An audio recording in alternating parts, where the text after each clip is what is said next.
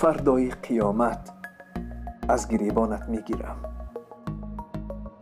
این نامه دختری هست که به دوست پسرش نوشته است.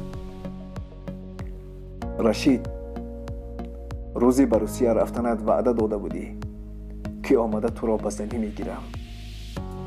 دامانم را با چارمغز پوچ پر کرده گفتی خواستگارهایم 1 هفته پس به خانه اتان میروند. دلی پدر و مادرت را پیشکی یاب تا جوابی رد ندهند. خدا خواهد تمام حافظان مشهور را در تویمان میبیارم. سخنانت تا حال در گوشهایم صدا میدهند، ولی از بین 3 ماه گذشته باشد هم از خواستگاران تو درکی نیست. بارها مادرت را در نزد خانه اما دیدم، ولی 1 سری قدم از دروازه امان در آمده نیت خواستگاری داشتنش را نگفت. یک روز از خواهرت تو را پرسیدم. مسخره کرد. تو با اکای من چی کار داری؟ از شرم زمین نکفید که درآیم. رشید، من ساده به وعده های خام تو باور کرده تمام خواستگاران را رد نموده و بیشرمانه به پدرم آتا جان بیهوده داماد نکابید من نقص دیده دارم گفتم. اکنون همه اهل عائله امان مرا طعنه میزنند که تابستان تیرماه زمستان شد، داماد کی خواستگار میفرستد.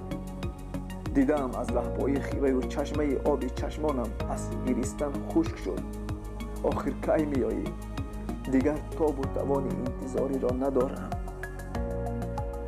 مادرم قسم بالای قسم خورده میگوید این دفعه پیرمرد اعصاب بدست یا جوانی کر و گنگ هم با نیت خواستگاری تو از درم درآید در حال برآورده میدهم.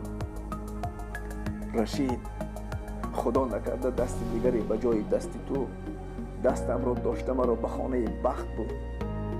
تا قیامت گناهت را نمی بخشم. زندگی هم تلخ شود، فردای قیامت از گریبانت میگیرم. نامرد. رخشانی دل شکسته از شهر وحدت. بعد از شنیدن این نامه باید هر یکی ما جوان مردان به فکر فرو رویم که اگر رفت و کسی با خواهر ما چنین معامله کند با او چه جواب میدهیم؟ چه جواب میدهیم دوستان عزیز؟ برای همین پیش از آن که به خواهر کسی به دختری کسی خیانت میکنید، از خواهر و از دختری خود باید فکر کنیم که آن دختری را که ما فریب میکنیم، فند میکنیم، او نیز کسی را دارد که برایش دلش میسوزد. دیگر قضاوت به خود شما دوستان عزیز.